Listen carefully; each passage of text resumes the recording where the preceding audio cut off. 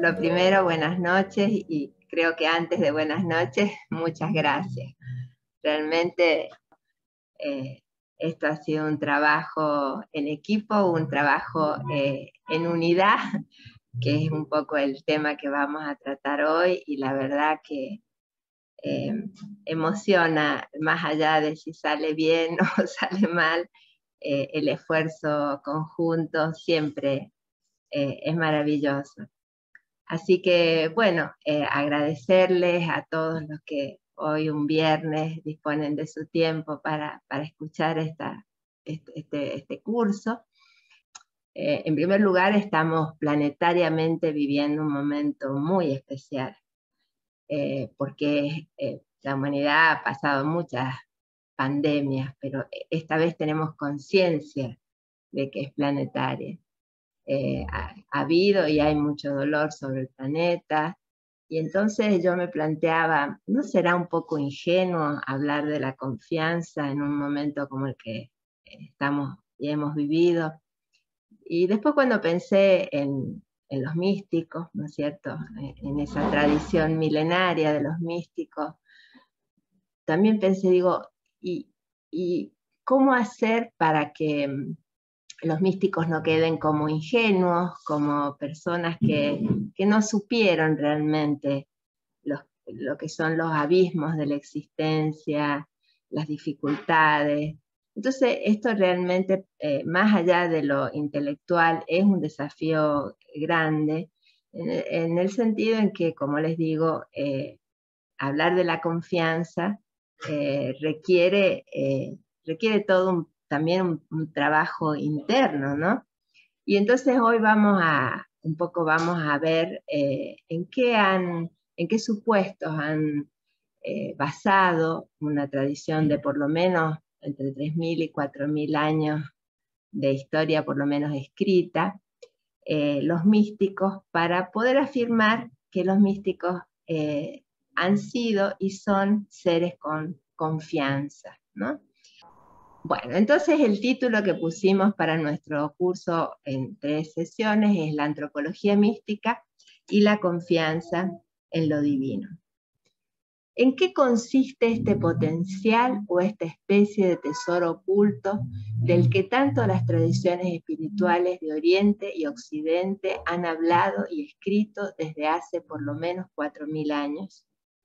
Entonces, esta pregunta me busqué intentar dar respuestas, ¿no? Entonces, ante esta pregunta, pensé, si tuviéramos que sintetizar en una palabra este tesoro potencial, utilizaríamos la expresión estado de divinización, entendiendo por esto la capacidad de recuperar y planificar la conciencia de pertenencia a una unidad y a un orden mayor que nos trasciende y al mismo tiempo nos incluye, y a la que en términos muy generales podríamos denominar divinidad. Entonces realizaremos nuestra tarea de comprensión del objeto de estudio de la mística y de la antropología mística en general y de la confianza en lo divino en particular del siguiente modo. ¿Cómo vamos a organizar el curso? Análisis, vamos a ir muy rápido porque esto lo hemos dado en otros cursos. Vamos a ver un análisis muy sintético de los postulados generales en los que se fundamenta la mística y la antropología mística, y sí nos vamos a dedicar al segundo punto. Entonces realizaremos nuestra tarea de comprensión del objeto de estudio de la mística y de la antropología mística en general y de la confianza en lo divino en particular del siguiente modo. ¿Cómo vamos a organizar el curso? Análisis, vamos a ir muy rápido porque esto lo hemos dado en otros cursos. Vamos a ver un análisis muy sintético de los postulados generales en los que se fundamenta la mística y la antropología mística, y sí nos vamos a dedicar al segundo punto, ampliación del concepto de confianza en lo divino, en la unidad, en el marco de las implicancias que asume la noción de unidad como postulado fundamental de la mística. Solo a modo de introducción, antes de entrar a las características muy sintéticamente de la mística, que va a ser nuestro eje, ampliación del concepto de confianza en lo divino, en el marco de las implicancias que asume la noción de unidad como postulado fundamental de la mística, lo vamos a dividir o estructurar en 3 reuniones.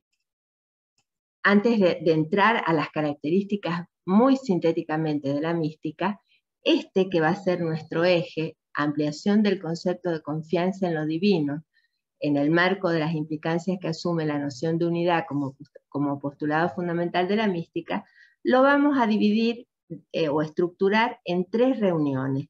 En la reunión de hoy vamos a ver básicamente la unidad mística y la experiencia de la confianza. Ese va a ser el tema eje del día de hoy. En la próxima reunión vamos a ver las principales dificultades que obstaculizan la confianza esencial en lo divino. Y en la tercera vamos a ver métodos y técnicas para el fortalecimiento de la confianza esencial. Entonces, teniendo en cuenta esto, que hoy vamos a trabajar en la unidad mística y la confianza esencial, vamos a hacer un muy breve repaso acerca de qué vamos a llamar mística y a qué vamos a llamar antropología mística. Entonces, ¿cuáles serían en forma muy general, los postulados generales en que la mística se ha movido en estos miles de años? Siempre respetando y valorando las diferencias. No podemos decir que todos los místicos dijeron lo mismo, eso sería un error conceptual inmenso. Hay enormes diferencias entre las tradiciones místicas. Sin embargo, hay también algunos puntos en común. ¿Cuáles serían estos puntos en común? Primero, decir que en general, como definiciones muy aproximadas de mística, podríamos decir que la mística es la expresión de la tendencia innata del espíritu humano a la completa armonía con el orden trascendente, sea cual sea la fórmula teológica con la que se comprende ese orden. Esa definición la dio Evelyn Underhill, es muy linda. La mística es la conciencia directa de la presencia de Dios. La mística es la expansión del alma humana que conduce a un estado integral de unión. Esta expansión es posible porque de una u otra manera el ser humano participa de la naturaleza divina y por eso puede conocer y amar a la divinidad. Entonces, esta idea de que la mística es si lo quisiéramos hacer muy simple, es la conciencia directa de la presencia de Dios, y si no queremos usar el término Dios, es la conciencia directa de la presencia de la unidad. ¿Cómo se ha estudiado el estudio del fenómeno místico? Desde las primeras décadas del siglo XX, de forma implícita y de forma explícita a partir de los años 70, se vienen proponiendo 2 modelos epistemológicos para el estudio del misticismo: el esencialismo y el constructivismo. El esencialismo y el constructivismo, en realidad, ¿qué marcarían? Que hay una base común en todas las tradiciones místicas, por eso se llama esencialismo, y el constructivismo, que es una línea que empezó a trabajarse en la década de los 80, enfatizaría el hecho de que las diferencias entre los caminos místicos son grandes y hay que respetarlas. De todas maneras, esto es un punto muy importante, por eso puse acá que el gran desafío del tercer milenio es aceptar que unidad y diversidad no se contraponen ni se excluyen. Cada uno de nosotros tiene derecho a transitar el camino hacia Dios según sus características y sus inclinaciones, y tiene también la obligación de dar el mismo derecho a los demás. Es decir, que podríamos decir que la mística de Oriente y de Occidente básicamente han trabajado en la unidad, pero que al mismo tiempo tienen diferencias enormes, y esto no es ningún problema.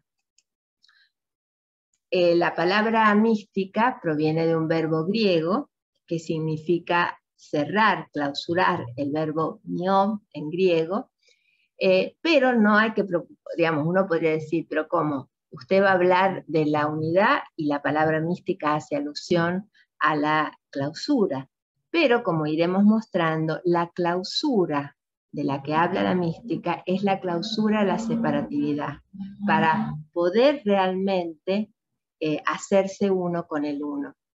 ¿Cuáles serían los postulados de la mística milenaria? La mística concibe a la realidad como relacional.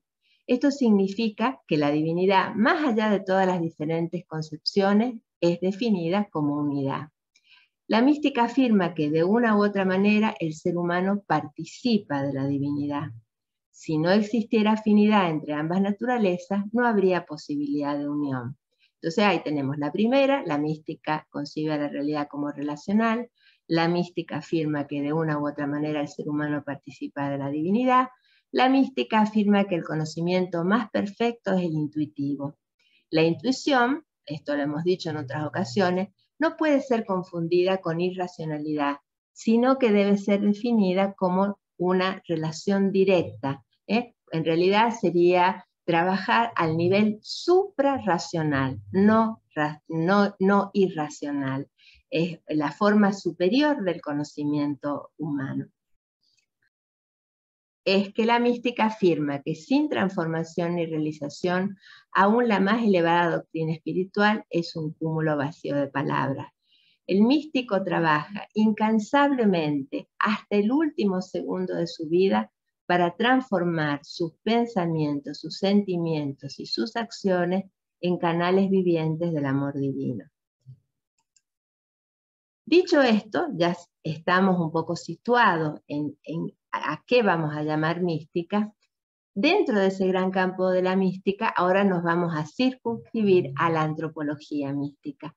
¿Por qué es necesario subordinar la antropología a la mística? Y porque en realidad en los planteos místicos el ser humano está subordinado a algo mucho mayor, que es el concepto de unidad. Hay algo que yo quiero decirles. No todos los místicos han estado de acuerdo en que el cosmos físico tiene que ser eterno. No, nosotros no vamos porque aquí sí que habría diferencias grandes. Algunos místicos piensan o han pensado que el cosmos físico puede desaparecer en algún momento, pero eso no les ha quitado confianza. La base de la confianza de todas las tradiciones místicas es que hay una ideación primigenia y que esa ideación primigenia en última instancia sabe. Entonces, la antropología mística, la pregunta que podemos formularnos es la siguiente. ¿Existe algún lugar interno en donde podamos escuchar la voz divina o esa voz trascendente? Esta es justamente la perspectiva que ofrece la antropología mística como disciplina, que explica la naturaleza humana, teniendo en cuenta su búsqueda innata de unión con lo divino. Los místicos descubren un nivel que existe con independencia de la dimensión biológica, psicológica, cultural. Llamaremos, pues, a ese punto inespacial y eterno el nivel místico. Es decir, si definiéramos al ser humano como un compuesto psico, físico y espiritual, la antropología mística diría que hay un nivel que está relacionado con la parte física y relacionada con la parte psíquica, pero a la vez que está relacionada es independiente. Como es independiente, puede hacer de testigo de yo profundo de lo que pasa en las otras dimensiones del yo. Pero tampoco tenemos que pensar que es un dualismo craso. Y en este sentido es muy importante uno de los aportes de Evelyn Underhill en un libro insuperable escrito a principios del siglo que se llamó La mística, estudio del desarrollo y de la naturaleza espiritual, de la conciencia espiritual, donde ella muestra cómo en realidad la conciencia mística que habita en todo ser humano reorganiza todos los niveles de la entidad humana. Y me pareció muy interesante el término conciencia mística. Entonces, habiéndonos situado en que vamos a llamar mística, básicamente, a esa conciencia directa de la unidad y de la divinidad, y habiendo aclarado que vamos a llamar antropología mística a la presencia de un nivel que permanece independiente y por eso puede ser testigo del mismo proceso que una persona va viviendo en el tiempo y en el espacio, sin desconectarse jamás de la eternidad, vamos a ir al primer tema de nuestro encuentro. la unidad mística y la experiencia de la confianza. La palabra confianza es un término que tenemos que definir, porque llama la atención el modo asertivo y sin duda en que los místicos se expresan con respecto a la existencia misma. Es decir, los místicos, si bien vamos a usar un término de nuestro querido San Juan de la Cruz, saben lo que son las noches oscuras del alma, porque las han pasado y de manera a veces muchísimo peor que una persona, digamos, así. Los místicos conocen los abismos profundos de la mente humana, de la vida humana, y sin embargo no tienen dudas. ¿Dónde radica esa confianza a pesar de a veces estar enfermos, a veces tener miedo? Esa es la pregunta y ese es el gran legado. ¿De dónde sacan la fuerza? Porque no hay que pensar que los místicos gozaban todos de buena salud, que nunca tuvieron miedo. Si uno se adentra en las obras de los místicos, tienen etapas tremendas y sin embargo confían. Entonces, el término confianza es una palabra latina, confidentia, que hace alusión a la cualidad del que tiene total seguridad de algo o alguien. En la palabra confianza también está presente otra palabra muy importante, la palabra fe, fides, y por esta razón podríamos considerarla casi como sinónimo, ya que la única diferencia radicaría en que la palabra confianza, la preposición con, hace alusión a una participación más activa del sujeto que la experimenta.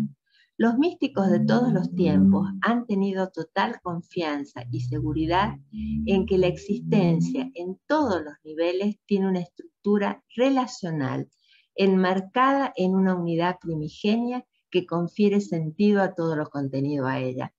Parece difícil la frase, pero esto es muy importante. Los místicos, les pasara lo que les pasara, han tenido total confianza en que hay una estructura relacional, hay una ideación divina, y eso es lo que les confiere sentido aún a sus dolores y a sus miedos. Sin duda ha sido Plotino, pero podríamos haber elegido otro místico. Lo que pasa es que en el caso de Plotino ha tenido una relación muy estrecha con varias tradiciones espirituales, con cristianismo, con islam, con Oriente inclusive, y tiene una estructura que nos permite buscar conexiones con otras tradiciones. Sin duda ha sido Plotino, místico del siglo III y que ha influido en la mística cristiana, judía e islámica, quien con más claridad ha podido describir esta mística de la inmanencia encuadrada en una metafísica de la trascendencia. Ahora voy a entrar un poquito en términos difíciles, pero van a ver que son indispensables, porque si no tenemos claro el concepto de unidad, no podemos ni siquiera pensar en una ética que surja de la unidad, no podemos pensar ni siquiera en un camino de desenvolvimiento espiritual, sea como sea. Entonces tenemos que definir estos términos, aunque aparezcan un poco complejos. Una mística de la inmanencia encuadrada en una metafísica de la trascendencia. ¿Qué quiere decir esto? Que la verdadera mística sabe que la unidad no se agota en ningún ser, pero al mismo tiempo la huella de esa unidad está presente en cada ser que existe. Fíjense en este texto de Plotino. Entonces, ¿qué es el uno? Fíjense que no habla de Dios, para la primera pregunta que me hicieron. Potencia de todas las cosas. Imagínate en efecto, ustedes vayan imaginándose la idea. Imagínate en efecto una fuente que no tenga un principio distinto de ella, pero que se haya entregado a todos los ríos sin haberse agotado en ellos, sino permaneciendo ella misma en quietud. Imagínate que los ríos salidos de ella estén todavía juntos antes de fluir, uno en una dirección y otro en otra, pero como presintiendo ya cada uno a dónde ha de enviar su respectiva corriente. Es una maravilla cómo la multiplicidad de la vida provino de la no multiplicidad y cómo la multiplicidad no habría existido si no existiera lo anterior a la multiplicidad. Entonces, primera definición. Y esto parece teórico, pero van a ver que es muy importante. La unidad es potencia, pero no potencia pasiva, sino potencia activa. Y esto es una diferencia enorme. Muy técnicamente, la potencia pasiva es, por ejemplo, en Aristóteles, la potencia pasiva recibe algo. La potencia activa siempre genera, como si fuera una fuente abierta continuamente, donde el tiempo y el devenir no cortan la relación con la eternidad. Encontramos en este texto los términos y procesos claves para comprender cómo se da el movimiento intrínseco y extrínseco de la unidad.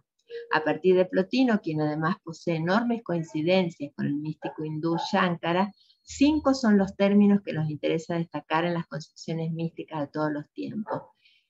Y siempre pensando en nuestro tema, que es la confianza. Plan o ideación a priori de la existencia, potencia activa, huella, presencia y participación. Estos 5 términos son importantísimos. En primer lugar, los explicaremos en términos metafísicos, a fin de darles la rigurosidad necesaria. Luego los aplicaremos a 2 ejemplos muy próximos a nuestra realidad contemporánea y que nos permitirá advertir que todos estos conceptos están muy cerca nuestro. Entonces, el primero, un plan divino, es decir, los místicos de Oriente y de Occidente coinciden en que hay un plan o una ideación de una mente superior, y que en ese sentido tenemos que estar tranquilos, pase lo que pase. Comenzaremos diciendo que la unidad primigenia no es caótica, sino que tiene una organización interna que confiere a lo real sentido y finalidad. En ese sentido existe un plan o una ideación también primigenia que guía y orienta la evolución de todas las culturas. Así también lo han considerado todas las tradiciones místicas. CAF, para los que no sea su primer, digamos, contacto con CAF, también como camino místico considera la existencia de un plan divino, unitivo y relacional. Y así está expresado tanto en nuestros cursos fundacionales como en los numerosos mensajes de plenilunio, que son los mensajes que el director o la directora de CAF da todos los años.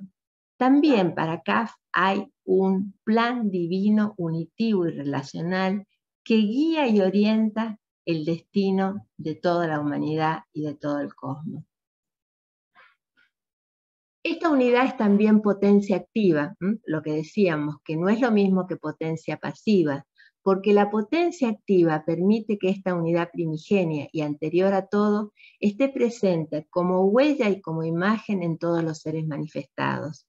Por esta razón, todos los seres, en mayor o menor grado, pueden contemplar y reflejar la presencia. Otro término muy amado, sobre todo en este caso porque es una palabra de mística occidental, pero tiene su correlato en mística oriental. La idea de la presencia, esa presencia divina, esa ideación primigenia, por eso es potencia activa, está presente en el, dice Plotino, en el más chiquitito de los pastos. Este dinamismo ontológico de la unidad tiene su eje estructurador de lo múltiple a través del proceso de la participación. Otra palabra importantísima en mística y que implica este grado de confianza. ¿Por qué? Porque a mí me pasa muy a menudo, a veces tiene ganas de sacarle la cabeza a mucha gente, ¿no es cierto? De más gráfico, menos gráfico. Pero esta idea de participación, de saber que en todo ser humano la divinidad o la unidad está presente y que por lo tanto, de una manera u otra, todos participan y todos participamos, da otra visión. No es lo mismo ver a un ser humano, por más atrocidades que haya cometido, simplemente como un ser humano, sino verlo como que a pesar de las atrocidades que pueda cometer, en él está en algún registro de su ser la huella de la divinidad. La mirada es completamente distinta, las consecuencias de mi acción y de mi conducta también son distintas. Bueno, estos 5 pilares: ideación divina, plan de ideación, potencia activa, huella, presencia y participación, los místicos de Oriente y de Occidente los han visto reflejados, y esto también ha sido parte de la confianza, en los ciclos de crecimiento, desarrollo y muerte de las plantas, en la naturaleza, y por supuesto también en el ser humano. Y en general, en todos los caminos místicos de Oriente y de Occidente, digamos, la persona que está haciendo su proceso espiritual, justamente lo que busca es conectarse y armonizar con la unidad. Es decir, el papel del ser humano es vital para actualizar la unidad potencial y ayudar a irradiarla en todos los demás seres humanos. Lo repito, en cualquier tradición mística, el papel del ser humano es vital para actualizar la unidad potencial y ayudar a irradiarla a todos los demás seres humanos. Nosotros hemos explicado estas 5 nociones a nivel metafísico y han sonado terriblemente difíciles seguramente, pero como testigos privilegiados, fíjense que en griego la testigo quiere decir mártir, y mártir nosotros siempre lo asociamos con el que sufre, pero en realidad la palabra mártir lo que quiere decir, puede ser mártir de sangre, pero también puede ser testigo. Y nosotros, a los que nos ha tocado vivir esta pandemia, hemos sido y somos testigos, y testigos muy directos, de que estas nociones de unidad no son una locura de los místicos. ¿A quién de nosotros, digamos, se le ocurriría pensar que un ser humano, porque vive en África o porque vive, no sé, en un pueblito perdido en el desierto, no tiene derecho a la vacuna, por ejemplo? Nosotros somos testigos, digamos, privilegiados de que la humanidad es un cuerpo místico. Y a partir de la noción de unidad y de cuerpo místico, por catarata surge una ética y una manera de actuar. Entonces, la pandemia que todavía estamos viviendo, somos testigos privilegiados de una realidad maravillosa y lacerante a la vez. Cada ser humano forma parte de la gran familia humana y en ese sentido estamos relacionados esencialmente con cada uno de ellos. Y esa conciencia mística nos lleva a intentar hacer realidad las palabras de nuestra querida Dama Gran Maestre, que son mucho más que unas palabras. Son un pedido para despertar, yo diría, al héroe que hay en todos nosotros, ¿no?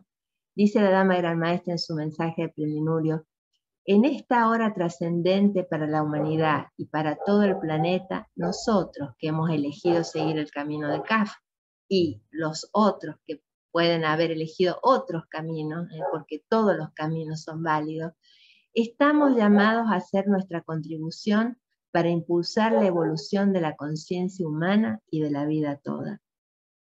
Entonces vimos cómo en estas 5 nociones, plan divino, potencia activa, participación, presencia, los místicos, pase lo que pase, porque todos lo hemos escuchado esto, ¿dónde estaba Dios que permitió una pandemia como la que hemos vivido? ¿Por qué las fuerzas divinas permitieron semejante desastre en la humanidad? ¿Por qué tantos millones? Porque no son miles, son millones los que murieron en esta pandemia. ¿Por qué? ¿Por qué las fuerzas divinas permitieron este desastre?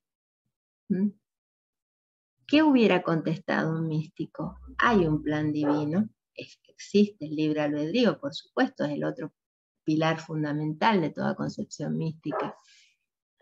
No puede, Dios no se va, o como lo llamemos, Dios no se va de vacaciones. Los seres humanos sí, a veces nos tomamos vacaciones. La divinidad no se toma vacaciones. Entonces, yo leí la primera crónica que se guarda de la primera pandemia en el siglo IV, se llamaba Juan de Filonópones. Demoró 2 años en poder hablar de lo que había visto, porque él decía, fueron tantos los muertos que vi, que quedé como 2 años, es lo que hoy llamaríamos estrés postraumático. Nosotros ni siquiera hoy podemos evaluar lo que hemos vivido, el nivel de sufrimiento que todos, de una u otra manera, por estar vivos, por tener miedo a morir, por haber visto morir gente, personas queridas, todavía ni siquiera nosotros podemos evaluar el estrés postraumático. Pero esto no puede haber pasado porque sí, y aquí viene la otra contrapartida. ¿Qué es lo que tenemos nosotros que hacer para actualizar esa unidad primigenia y ese plan divino? Pero claro, seguramente todos pensarán lo que yo también siento. Yo solo no voy a poder hacer esto. ¿Cómo hago también con, realmente, qué hago con el devenir? ¿Cómo lo coordino con esta unidad? Esta unidad es fija, es estable, pero si yo veo que el tiempo va modificando todo a cada minuto. Los místicos también han sabido esta idea de cómo congeniar la unidad y el devenir. Entonces, en ese plan divino es muy importante saber que ese plan divino es dinámico. No se oponen unidad y devenir. Y la otra por eso me gustó esta frase, el hombre que busca la divinidad debe aprender a celebrar la vida. Y celebrar la vida implica aceptar el cambio, el tiempo, la incertidumbre. Y este es un punto muy importante, la idea de incertidumbre. Para la tradición mística, la incertidumbre siempre está subordinada a la eternidad. Entonces, por más incertidumbre que tengamos, y que de hecho la vida tiene una cuota altísima de incertidumbre, no estamos a la deriva. La incertidumbre siempre está subordinada al plan o ideación de la unidad primigenia. ¿Cómo tener confianza y cómo tener fe en una realidad que a veces no es la que nosotros quisiéramos ni imagináramos? Entonces decíamos que las palabras confianza y fe tienen la misma raíz y en cierta manera las vamos a tomar como sinónimo. Si bien en algunas tradiciones místicas la categoría de milagro no existe, todas las tradiciones místicas consideran, o todos los grandes místicos, tienen fe, tienen confianza. El primer nivel de la experiencia de la fe en que todos los pueblos de la humanidad estarían de acuerdo, es la confianza en un orden cósmico, en la regularidad de los procesos naturales. Es decir, la confianza en la presencia de una mente superior, unificadora, capaz de dirigir al conjunto de todo lo existente y dar cuenta de las grandes incógnitas humanas, tales como la vida y la muerte. Otra de las cuestiones que siempre se ha planteado es si la fe se opone a la razón. En realidad no se oponen, y esto sería como así síntesis de esta cuestión. La fe se experimenta subjetivamente como una certeza o evidencia que incluso a veces trasciende el nivel racional.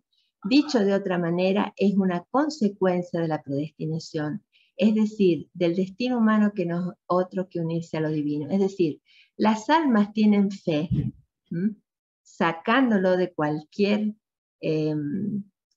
tradición, porque en algún registro de su ser saben que forman parte del plan divino. Lo vuelvo a leer. Las almas tienen fe o confianza porque en algún registro de su ser saben que forman parte del plan divino. Entonces, el desafío es hacer consciente ese camino hacia la fe. Fíjense la definición, una definición muy clásica de San Pablo decía, es la firme seguridad de lo que esperamos, la convicción de lo que no vemos. Entonces la confianza tiene dos características esenciales, la de riesgo y la de compromiso. Imagínense la situación en que estamos viviendo, si no es simple tener confianza o fe, pero justamente por eso tiene estas dos características, la de riesgo y la de compromiso. Fíjense la definición del filósofo danés Kierkegaard. Conciencia de la eternidad, digamos que la fe es la conciencia de la eternidad, la certeza más apasionada que lleva al hombre a sacrificar todo, incluso su propia vida. Otro teólogo contemporáneo, Karl Barth, decía que la fe es la inserción de la eternidad en el tiempo.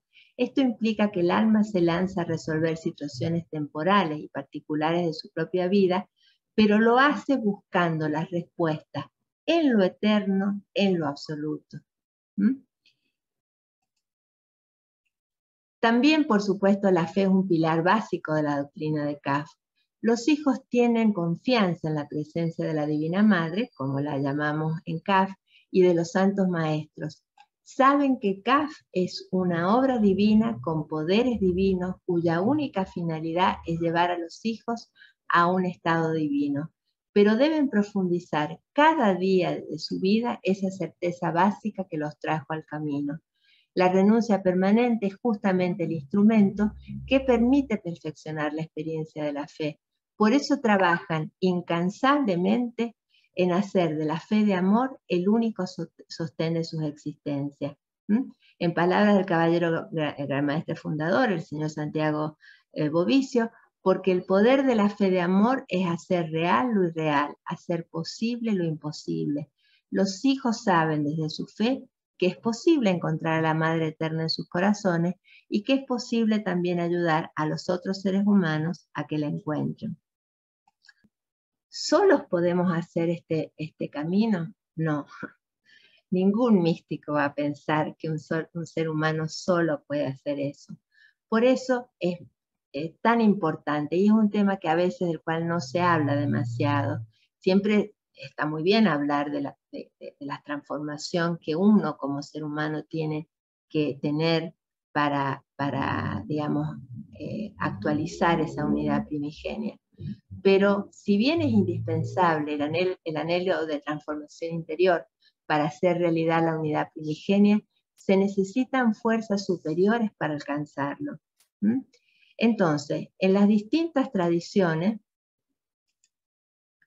se han mencionado la existencia de devas, en el judaísmo y en el cristianismo de ángeles, en la filosofía griega de daimones.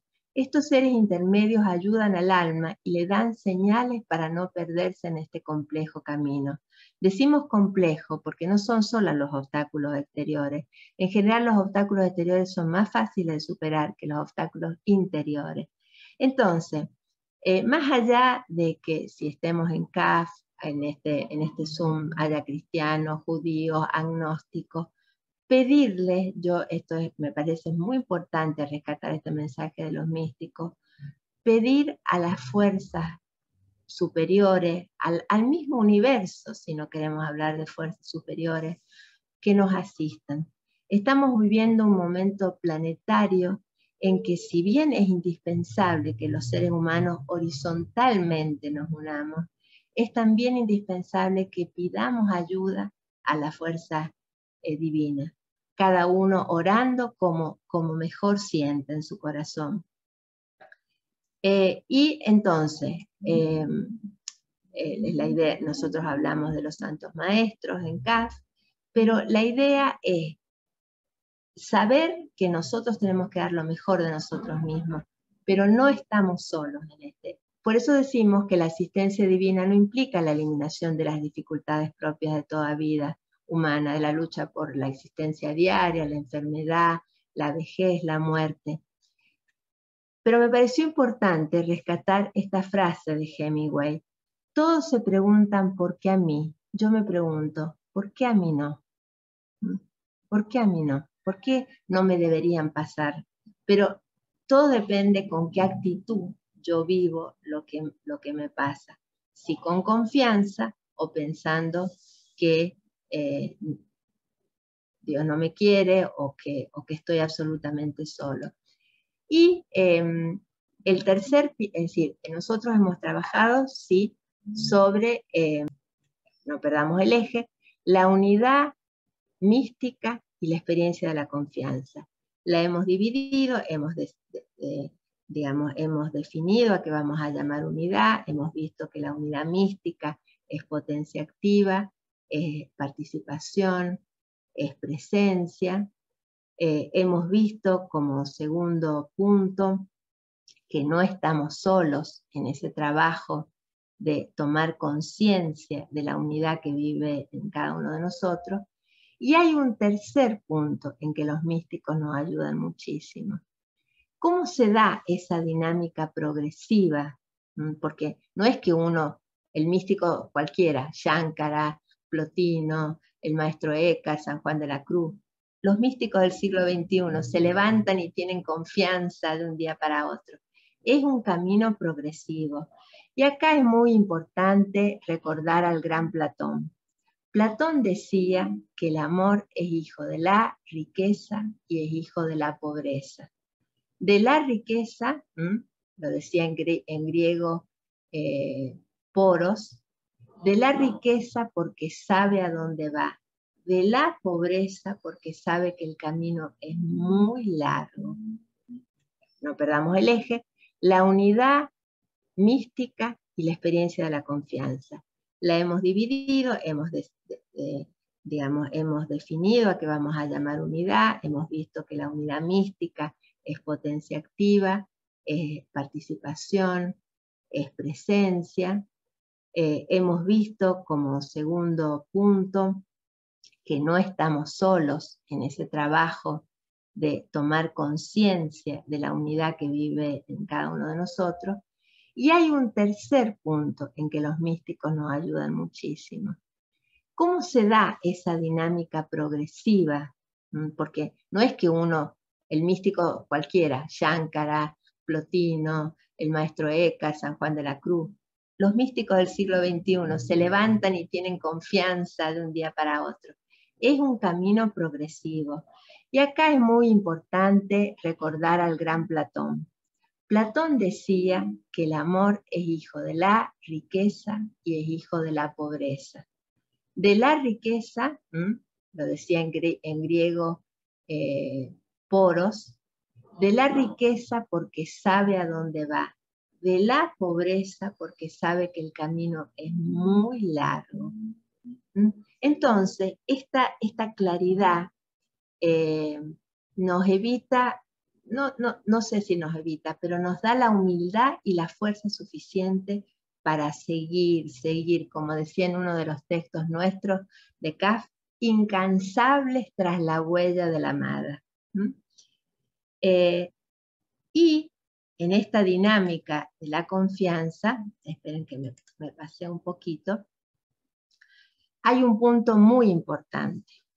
Uno de los puntos en que los místicos nos pueden ayudar, porque yo estoy segura, les digo porque a mí me pasa, que más de uno debe decir de ustedes, bueno, todo esto de unirse, de dar lo mejor de sí, lo hacen los místicos porque no saben, porque no tienen miedo, porque en cambio yo sí tengo miedo, y además de que tengo miedo, no confío en mí. Digamos, si hubiera un terror profundo en el alma humana, es justamente porque muchos pueden decir, yo confío en el plan divino, pero no confío en mí. Y entonces, ¿qué podemos hacer con ese terror profundo que todos tenemos? Decimos, este terror que habita en cada uno de nosotros se ha visto confirmado a veces por nuestras acciones incorrectas, por debilidades que no pudimos trascender, por límites que no podemos o a veces no queremos superar. En síntesis, por fracaso, ya la próxima reunión vamos a evaluar el término fracaso, en la realización del amor en todas sus posibilidades. Esto a veces nos hace suponer que la unión con lo divino no es para nosotros, sino para seres especialmente elegidos. Sin embargo, aquí viene en nuestra ayuda la respuesta de los grandes místicos, que han conocido tanto las miserias y sufrimientos de la condición humana como los peligros que encierran las conquistas pseudoespirituales, que son tan peligrosas como las miserias humanas, y que llevan a la soberbia y la crueldad. Para exorcizar este gran terror oculto que todos llevamos dentro, es necesario comprender que la realización del amor implica un proceso y que hay que estar dispuesto al dolor y a la frustración que produce el no poder lograr las metas en el tiempo y en la forma que a veces deseamos. Y también a saber, hay una parábola en el Nuevo Testamento, el Evangelio de Juan, que es muy importante, que el único que puede medir exactamente el esfuerzo y la dación que cada uno da es Dios, se llame como se llame. Entonces eso nos saca presión. Uno tiene que dar lo mejor de uno, pero nosotros los humanos no podemos medir lo que es lo mejor de cada uno. El único que puede medir es Dios, o como lo llamemos. Entonces, este otro punto, la confianza en nosotros mismos, en el potencial desconocido. ¿Pero por qué es potencial desconocido? Porque en cada uno de nosotros vive la unidad divina, y si realmente trabajamos con esperanza y trabajamos pidiendo ayuda, en algún momento esa ayuda se va a actualizar. Entonces, bueno, estos serían, elegí para terminar una frase que me gustó mucho de un mensaje de Plenilunio del año 2006. Somos individuos plenos pero conscientes de pertenecer a un todo. Confiemos en que el amor por el desenvolvimiento nos guiará. Bueno, hasta acá la presentación. Entonces, bueno, estas serían las ideas para esta primera charla. La unidad de la existencia y la confianza en lo divino. Básicamente, ¿por qué los místicos tienen confianza? Porque hay un plan divino, porque no estamos solos y porque a pesar de todos los problemas y dificultades que cada uno tenga, podemos confiar en nuestras potencialidades. Esas serían las tres ideas que quisiera que guardaran. Hay un plan divino, no estamos solos, podemos confiar en el potencial que habita en cada uno de nosotros.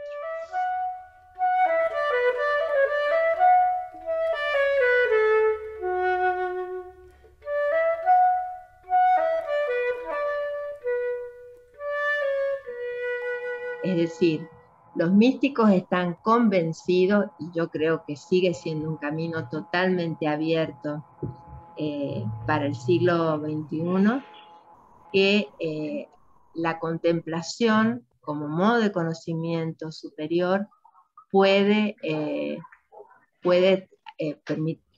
hacer trascender la subjetividad y la dualidad. Toda la línea de Jung acordaría profundamente con las tradiciones místicas. De hecho, Jung se formó en tradiciones místicas. Pero ¿qué haríamos con un autor como Freud, por ejemplo? Donde en realidad la espiritualidad es una neurosis individual y una neurosis colectiva, y cuanto más rápido se sale, mejor. Freud fue importantísimo para Occidente porque mostró los efectos no deseados de la persona, de la espiritualidad, y por eso también hay que tenerlo siempre muy presente. Con Freud no tendríamos, y con algunas líneas no tendríamos a lo mejor posibilidad de superar la subjetividad. Pero con las líneas contemplativas y lo que se llama, digamos, la línea junguiana y las líneas transpersonales, no solamente, digamos, además de las prácticas espirituales que cada uno tenga en su camino, nosotros en CAF, con la meditación, la oración, lo que sea, este es un gran debate digamos, incluso en las neurociencias, si es posible trascender o superar la subjetividad.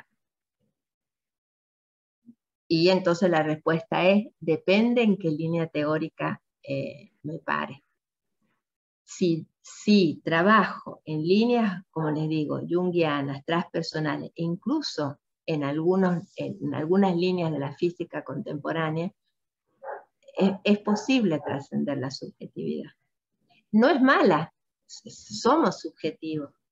Lo importante es saber que tenemos la posibilidad no de destruirla, sino de trascenderla y acercarnos día a día a la unidad más completa posible.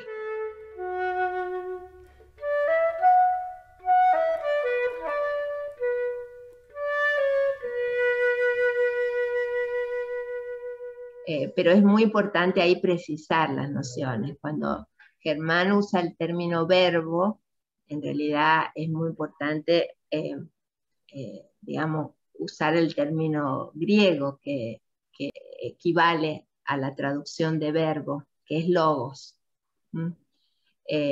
Justamente Germán en el Evangelio de Juan, que empieza en el principio, en las traducciones corrientes, en el principio era el verbo. En realidad eso habría que traducirlo, en el principio era el logos, ¿no? Y este logos, más allá incluso del Evangelio de Juan, porque venía de mucho antes esta idea del logos, es justamente si hubiera que definirlo, es esta razón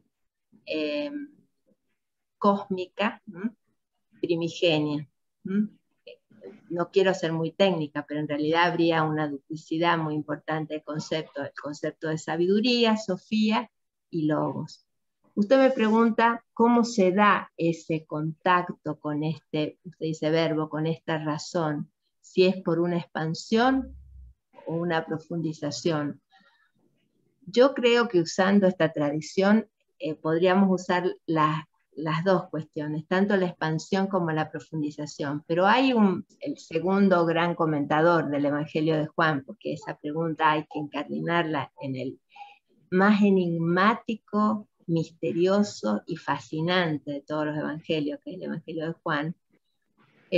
Orígenes usa un verbo que a mí me encanta y que un poco haría el puente con lo que usted pregunta, el verbo joreo, que significa hacer espacio.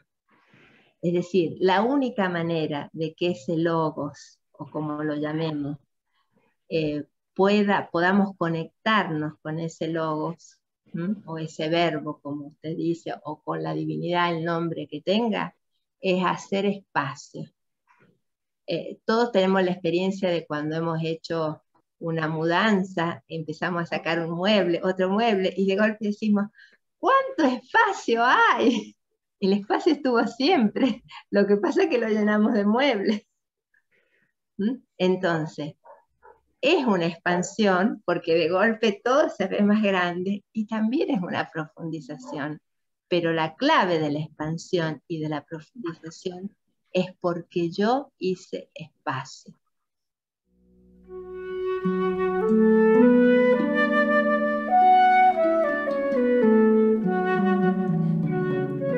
Si la característica básica de toda ciencia es que tenga un método, ¿no? Cualquier tratado de epistemología contemporánea, lo primero que va a decir es que la ciencia tiene método. Entonces, a modo así de un silogismo muy apretado, decíamos, todas las ciencias tienen método. La mística tiene método, luego la mística es ciencia. ¿Qué dicen? Esto sería lo esencial, digamos, decir que la tradición mística no es el conjunto de 4000 años de vaguedades. Los místicos y la mística tienen método, porque básicamente son pasos inexorables con un nombre en una tradición o en otra tradición, por los que el ser humano va pasando en esa profundización para unirse a lo divino, se llame como se llame. ¿Qué dicen las ciencias contemporáneas? Pues temas que parecían, no sé, totalmente alejados de la ciencia, grandes físicos, grandes neurobiólogos, por ejemplo, el tema de la vida después de la muerte, este tema de la unidad, están siendo nuevamente tratados. Y lo notable es que en el 2014, 80 científicos firmaron lo que se llamó el Manifiesto de la Ciencia Postmaterialista, que más allá de la palabra materialismo, lo interesante de este manifiesto de la ciencia postmaterialista es decir, miren, investigar el tema de la vida después de la muerte, investigar seriamente el tema de por qué, por ejemplo, en experiencias cercanas a la muerte, las personas que han tenido un ataque cardíaco y han sido declarados muertos clínicamente, pueden verse mientras están tratando de revivirlo. No son locuras de 4.000 años de tradición mística. No es que 4.000 años de tradición mística necesitan que las ciencias contemporáneas le digan, no estaban todos locos. No. La mística y los místicos tienen su propia rigurosidad y su propia legitimidad. Y esa legitimidad les viene de la propia transformación.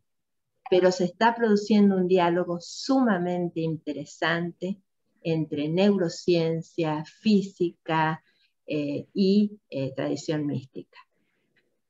Incluida, entonces por eso me parece muy importante, digamos, legitimar también para la mística el carácter de ciencia.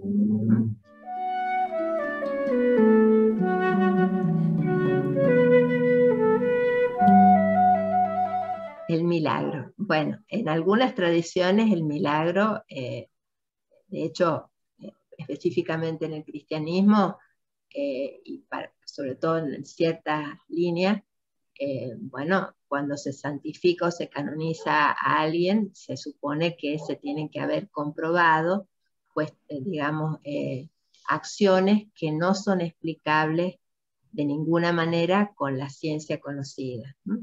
Esto nosotros lo vemos, vivimos en un país, digamos, en un mundo occidental, y vemos, por ejemplo, la Iglesia Católica como canoniza o santifica a ciertos seres por haber obrado milagros.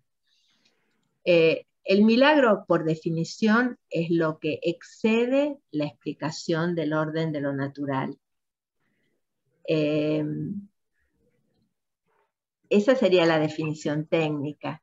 Lo que pasa es que más allá de que totalmente, digamos, es una línea, porque hay otras tradiciones místicas en que no verían la necesidad del tema del milagro.